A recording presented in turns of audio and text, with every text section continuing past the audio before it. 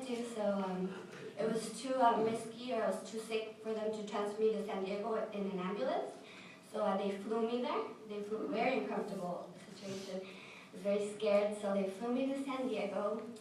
I was in March in UCLA, and by April I was in San Diego. And then there I met a different lung transplant doctor. His name is Dr. Gordon Young, who's also an excellent doctor. Cares for his patients very much, and I'm very thankful that I'm his patient. And there he said that now my insurance was telling them that I was too sick for transplant, so they didn't want to pay for my transplant. And plus, he also said that it's rare when they put patients that are on a ventilator on the transplant. So because I was so young, he said, I'm gonna keep fighting for you. We're gonna get your name on the list regardless. I'm gonna keep trying. Don't give up. Keep trying. Keep doing your physical therapies when they come in. So yeah, I would just keep on trying. She would come in. They have like a portable ventilator, which they would hook my trach to the portable ventilator, and I would walk with the ventilator on. And I just kept fighting. And then he came back and said he managed to speak to the CEO of my medical insurance. He was trying to convince them, to give me my transplant, but in the meantime, I could no longer wait for that to happen in intensive care, so I guess it was too expensive for my insurance to keep me there. So I had to go to a nursery home. So then my family started looking for a nursery home back here in Orange County, so they could be close to me and take care of me. And between my dad, my mom, my sister, and my husband, I was never left alone for a second. They managed to take turns taking care of me day and night, and that obviously helped me a lot to keep fighting. So then from San Diego, here I come back again to Orange County, to a nursery home, and just waiting and waiting for my name to get on the list. By this time, I believe it was it was like in the end of April, or the middle of April, when my doctor managed to get my name on the list. April 7th, I got the UNO's letter that my name was on the list, and people wait different times. I've met people that were on the list for months, years, and then I've met people who were on the list for a day or less than 24 hours. So I really didn't know how long I was going to wait. I just knew that I had to wait in the nursery home for my transplant. And I remember it was May 4th. Early in the morning, I want to say about 10:30. And the nurse comes in and she says that there's a phone call for me from San Diego, my doctor from San Diego. And with the trach again, you can't speak, so I managed to learn a couple sign language so I could get my messages across when I was in pain or when I needed this and that. So I couldn't take the call, but my mom took the call, and she left the room, and I was just a lot of things were going through. She was only gone for a couple minutes, but just in those minutes, all these things were going through my head. Oh my gosh, I know it's my donor, and it has to be my donor. I was raised Catholic, so started praying, like, God, please, let it be my donor, please. Let this nightmare be over with.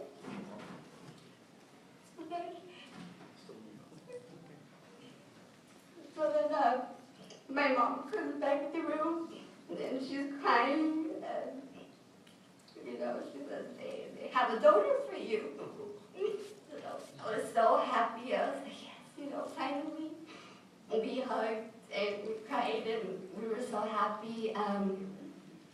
It's bittersweet because at the same time I know somebody's loved one is gone, and they're probably going through a very emotional situation, but even though it was a happy situation for me. So she tells me that the doctor says that there was a possible hepatitis C, which they tell you that before. We don't know. It's something common, I guess, during a risk that you take during transplant. And then another thing was, since my frame is so little, I'm so fatigued, the lungs were too big, so he was going to cut them, which means that it's a longer healing process than normal transplant. And I believe that's also very rare to do, you know. But whatever he had to do, to me, it was a 50-50. It was like 50% that this transplant works, I get better, and saves my life, and you know, I get my life back, or it doesn't work, but at least my family saw that I didn't give up, you know. So here I go, get put in an ambulance, I go back to San Diego, I get my transplant at Thornton Hospital, which is part of UCSD too.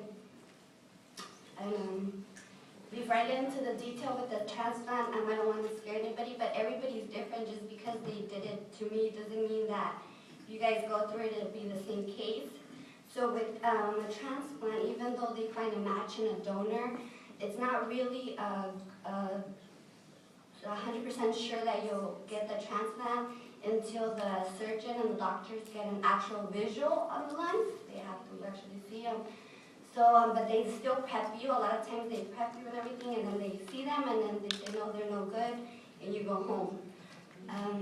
But I had that in the back of my head that it would be a possibility, but I was still very excited. I couldn't help it. I was so happy that right there, it seemed forever, like if they were taking me to Canada or something. It just took so long for me to get there.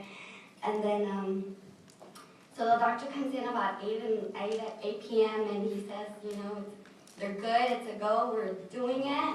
He wasn't even done saying that was a go, and they're already pushing me out of my room into the operating room.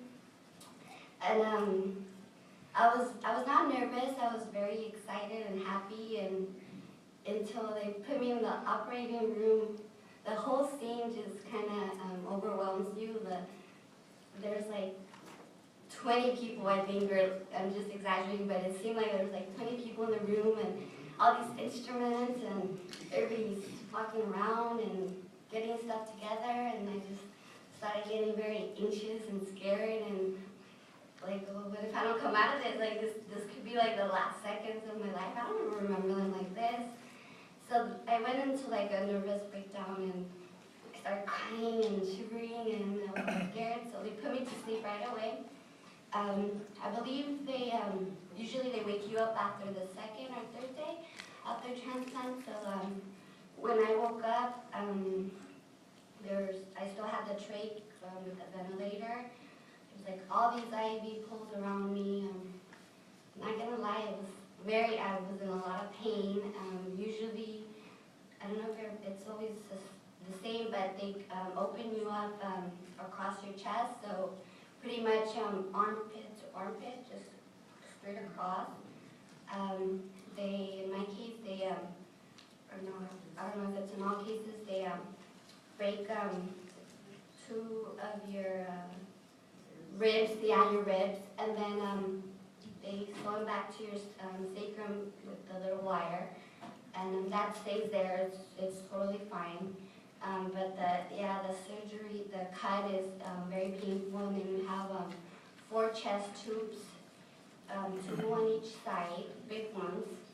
And after that, in any transplant that they do, which is kidney, heart, whatever, as soon as you get the transplant, it starts working by itself. It knows what to do, except for the lungs. The lungs, you need to give them a little push. It's up to you for them to start working. The more you exercise them, the more you do your breathing test. I think he mentioned the pulmonary rehab. The more you push your lungs, the better and faster you recuperate. So basically, after your lung transplant, it's up to you to recuperate and get out of the hospital. The doctors did their share, they put them in, and then it's up to you to get them going and, start working your lungs. The hard part for my situation was being on the ventilator so long. I had this anxiety, like they started sprinting me, which